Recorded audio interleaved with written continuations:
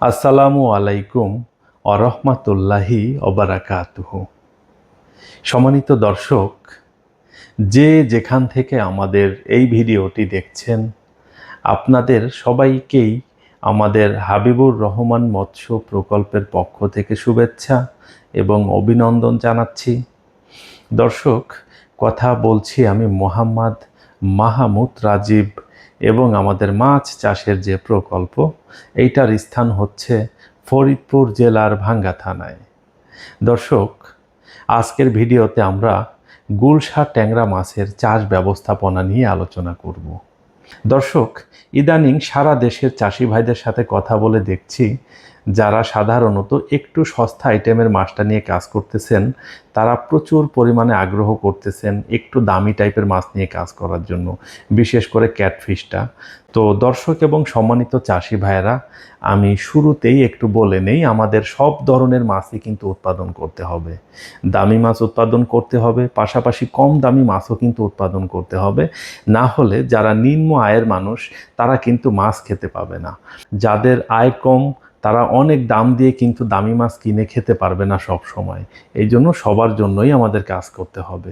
তো হয় কি, আজকাল দেখছি প্রচুর পরিমাণে তরুণরা মাছ চাষের সাথে আসতেছেন এবং তারা শিক্ষিত তরুণ, পাশাপাশি যারা ফাইন্যান্সিয়ালি ব্যাপক এস্টাবলিশড, তারাও প্রচুর মাছ চাষের দিকে ঝুঁকছেন। এমন অনেক চাষি ভাই আছেন যারা ঢাকাতে বড় বড় ব্যবসা বাণিজ্য করেন, তারাও মাছ চাষ করতে চাচ্ছেন।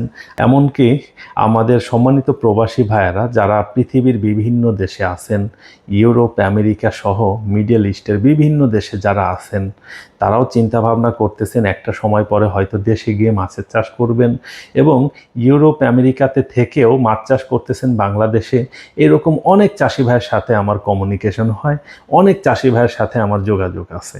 তো দর্শক, সবাই মাছের চাষটাকে একটা ভালো পেশা হিসাবে নিয়েছেন।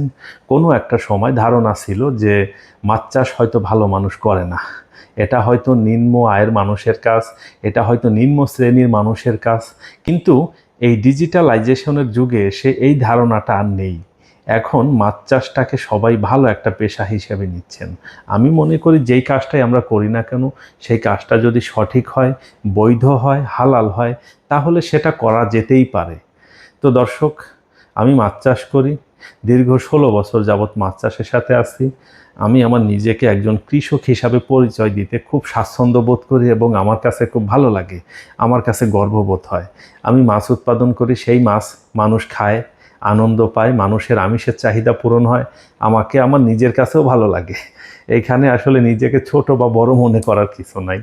তো যাই হোক দর্শক, আজকের ভিডিওতে আমরা গুলশা ট্যাংরা মাছের চাষ ব্যবস্থাপনা নিয়ে আলোচনা করব এবং এই গুলশা ট্যাংরা মাছের চাষ থেকে শুরু করে এই গুলশা ট্যাংরা মাছের খাদ্য ব্যবস্থাপনা, এটার মাসিক পরিচর্যা এবং গুলশা ট্যাংরা মাছ অত্যন্ত ভাইরাস প্রবণ মাছ, আপনারা জানেন রোগ হলে যে কি কি ট্রিটমেন্ট দিতে হয়, সেই বিষয় নিয়ে আলোচনা যদি একটা ভিডিওতে করতে যাই, এই ভিডিওটা সর্বনিম্ন 2 ঘন্টা হয়ে যাবে। আর এত দীর্ঘ একটা ভিডিও ধৈর্য ধরে দেখাটাও আসলে মুশকিল, আর আমার জন্য বিষয়টা কিছুটা বিব্রতকর। তো আমি চিন্তা করেছি আমরা কয়েকটা পার্ট করব। তো আজকের পার্টে আমরা গুলশা ট্যাংরা মাছের চাষ ব্যবস্থাপনা নিয়ে আলোচনা করব এবং পরবর্তী পার্টে গুলশা ট্যাংরা মাছের খাদ্য ব্যবস্থাপনা এবং মাসিক পরিচর্যাগুলো নিয়ে আলোচনা করব এবং অন্য একটি পার্টে আমরা গুলশা ট্যাংরা মাছের রোগ হলে কি কি ট্রিটমেন্ট দিয়ে রোগ সারিয়ে আবার মাছগুলোকে সুস্থ করে হারভেস্ট অবধি নিয়ে যেতে পারি, সেই বিষয় নিয়ে আলোচনা করব ইনশাআল্লাহ। তো দর্শক, চলুন আমাদের আলোচনা শুরু করি। তো দর্শক, গুলশা ট্যাংরা মাছ চাষের বিষয়ে বিস্তারিত আলোচনা শুরু করার পূর্বেই চলুন আমরা গুলশা ট্যাংরা মাছ সম্পর্কে কিছু জানি। যাকে নিয়ে আলোচনা করতেছি তার সম্পর্কে কিছু জিনিস না জানলেই নয়। দর্শক, গুলশা ট্যাংরা মাছটা মূলত ক্যাটফিশ প্রজাতির একটি মাছ।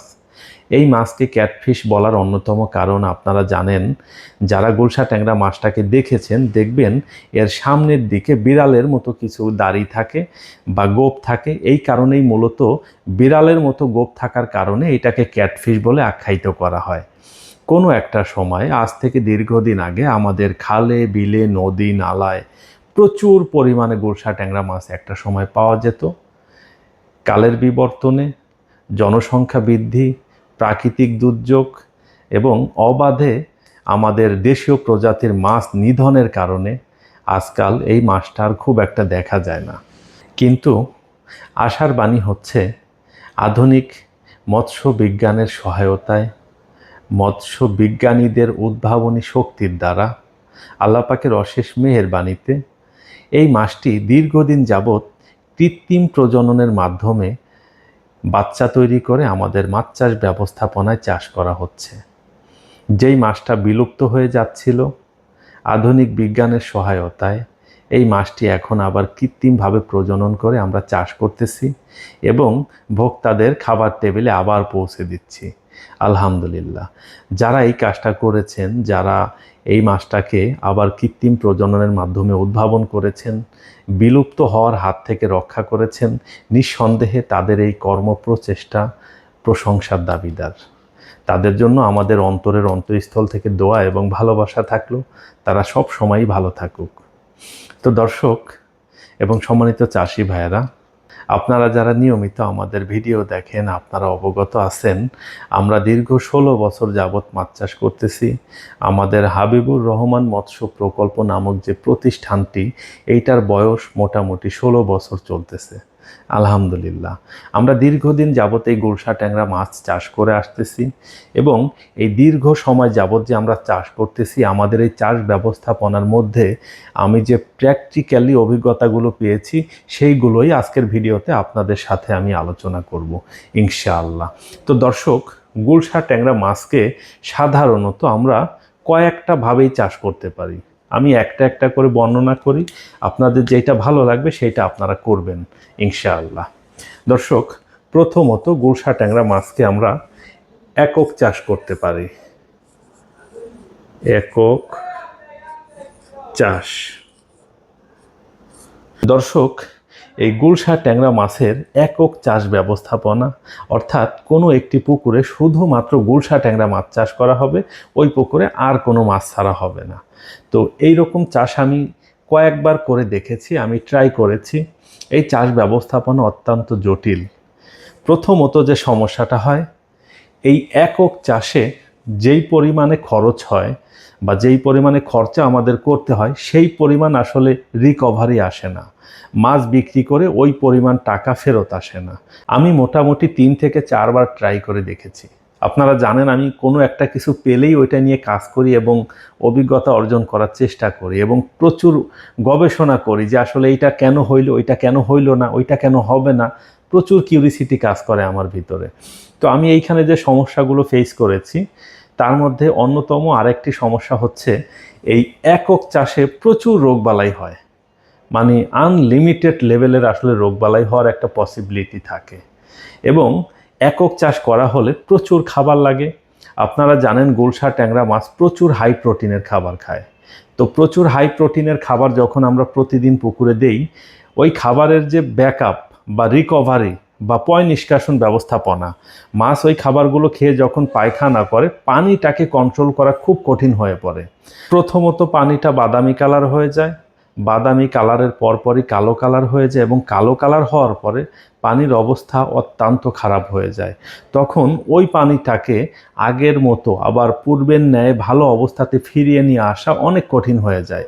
অনেক ইউকা, জিওলাইট ওষুধপত্র ব্যবহার করেও খুব সহজে এটাকে আর রিকভারি করানো যায় না। পাশাপাশি একক গুলশা ট্যাংরা মাছের চাষ ব্যবস্থাপনায় ঘন ঘন শুধু অক্সিজেন ফল করে এবং গুলশা ট্যাংরা মাছে ঘন ঘন অক্সিজেন ফল করলে মাছ মারা যাক বা না যাক, এইটাও কোনো সমস্যা না। মেইন সমস্যা হচ্ছে রোগ হয়ে যায়। সাধারণত এই পর পাখনার গোড়াতে দুই পাশে, যে বুকের দুই পাশে দেখবেন দুইটা কাটা থাকে, ওই কাটা দুইটার গোড়ায় লাল দাগ হয়ে যায়। তারপরে লেজের কাছে লাল দাগ হয়ে যায়। নিচে লেজের আগে নিচের দিকে যে একটা পাখনা থাকে, ওইটার গোড়ায় লাল দাগ হয়ে যায় এবং কিছুদিন পরেই দেখা যায় মাছ শুধু একটা দুইটা করে মরতে থাকে। পরবর্তীতে ভাইরাস অনেক বেশি পরিমাণে হয়ে গেলে আক্রান্ত হয়ে মাছ মারা যায়। এবং আরও একটি সমস্যা হচ্ছে গুলশা ট্যাংরা মাছের একক চাষে প্রচুর ওষুধপত্র ব্যবহার করা যায় না। এতে করে যে সমস্যাটা হয়, কোনো একটা ওষুধপত্র যদি একটু বেশি ব্যবহার করে ফেলা হয়, তাহলেই কোনো না কোনো দুর্ঘটনা ঘটার একটা প্রবণতা থাকে। তবে কেউ যদি চিন্তা করেন গুলশা ট্যাংরা মাছের একক চাষ করবেন, এখন অনেকেই ভিডিওতে দেখি করে এবং তারা সফলও হচ্ছে, করাও সম্ভব। তবে সেই ক্ষেত্রে ব্যাপক এয়ারেশনের ব্যবস্থা, পয় নিষ্কাশন ব্যবস্থা, পানি চেঞ্জের ব্যবস্থা রেখে যদি করা যায় এবং যেই পরিমাণে খরচ হবে বিক্রি করে আপনি যদি চিন্তা করেন যে আপনার ওইখান থেকে প্রফিট করে নিয়ে আসা সম্ভব, তাহলে আপনি করতে পারেন। দর্শক, পাশাপাশি গুলশা ট্যাংরা মাছের আরও একটি চাষ ব্যবস্থাপনা আছে,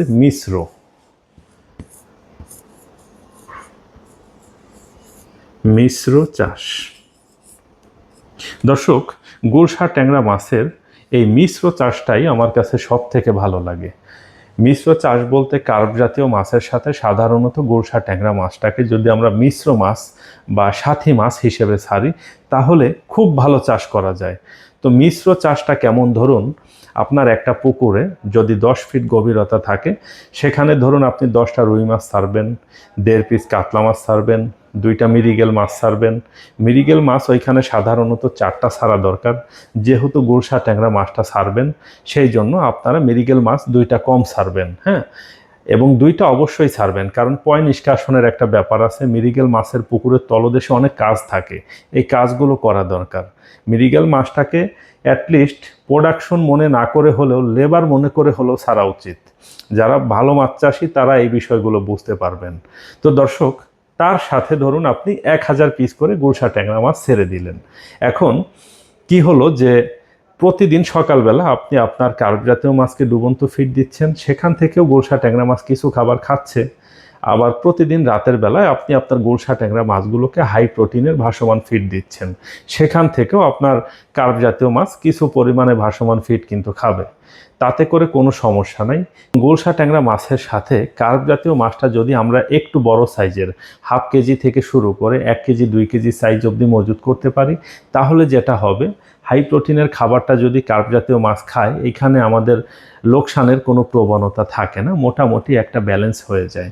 তো দর্শক, এই কার্প জাতীয় মাছের প্রোডাকশন এবং গুলশা ট্যাংরা মাছের প্রোডাকশন, এইটা যদি আমরা হিসাব করি, ধরেন আপনি 6 মাসের একটা চাষ যদি করেন, 6 মাস পরে আপনার গুলশা ট্যাংরা মাছগুলো অ্যাভারেজে যদি 50টাতে কেজি আসে, তাহলে 1000 মাছে মোটামুটি 20 কেজির মতো উৎপাদন হয়ে গেল। এবং 6 মাস পরে আপনি যে কার্প জাতীয় মাছগুলো মজুত করেছেন প্রতি শতাংশে প্রায় 13.5টা করে, ওইটাতে ধরুন অ্যাভারেজে 2 কেজি 2.5 কেজি করেও যদি আপনার ওজন হয়, তারপরেও ধরুন প্রায় 30 কেজির কাছাকাছি আপনার উৎপাদন হয়ে যাবে। এখন প্রশ্ন হচ্ছে, 30 আর 20 50 কেজি মাছ কি আমার 1% জায়গাতে উৎপাদন করা সম্ভব? দর্শক, এইটা অনেক রিস্কি হয়ে যায়, কারণ আমরা জানি গুলশা ট্যাংরা মাছ অত্যন্ত সেন্সিটিভ মাছ। এইখানে হবে কি, আমরা একসাথে যদি চিন্তা করি যে 50 কেজি মাছ হারভেস্ট করব, এটা আমাদের জন্য অনেক কঠিন হয়ে যাবে। তবে গুলশা ট্যাংরার জায়গাতে যদি পাবদা হতো, এটা সম্ভব হতো। কিন্তু আমরা গুলশা ট্যাংরার ক্ষেত্রে যে কাজটা করতে পারি, ধরুন আমরা 6 মাসের কালচার করব, 6 মাসের কালচার না করে আমরা যদি 8 মাসের কালচার করি, বা 6 মাসের কালচার করলেও 5 মাস পরে আমরা আমাদের কার্প জাতীয় মাছগুলোকে যদি ধরে ফেলি, উঠিয়ে ফেলে অল্প কিছু পরিমাণে কার্প জাতীয় মাছ আমরা রেখে দিব, তারপরে আবার 1 মাস বা 2 মাস আবার সুন্দরভাবে সমানে যদি গুলশা ট্যাংরা মাছকে আমরা খাবার দিই এবং তারপরে যদি হারভেস্ট করে ফেলি, সম্পূর্ণ মাছগুলোকে ধরে ফেলি, তাহলে কিন্তু ভালো প্রোডাকশন আসবে এবং এই পরিমাণ প্রোডাকশন কিন্তু আমাদের পাওয়া সম্ভব, বা এর থেকেও বেশি উৎপাদন পাওয়া সম্ভব। অথবা আমরা যদি 12 মাসের চাষ করি, 8 মাস পরে আমরা যদি আমাদের কার্প জাতীয় মাছগুলোকে ধরে নিই এবং বাকি 4 মাস ওইখানে আবার অল্প কিছু কার্প জাতীয় মাছ আমরা রেখে দিয়ে বাকি 4 মাস যদি আমরা গুলশা ট্যাংরা মাছগুলোকে আবার খাবার দিই এবং 12 মাসের মাথায় গিয়ে সম্পূর্ণ মাছগুলো ধরে নিই, ভালো প্রফিট করা সম্ভব। দর্শক, আরও একটি চাষ ব্যবস্থাপনা আছে, সেটা হচ্ছে সাথী মাছ হিসেবে। সাথী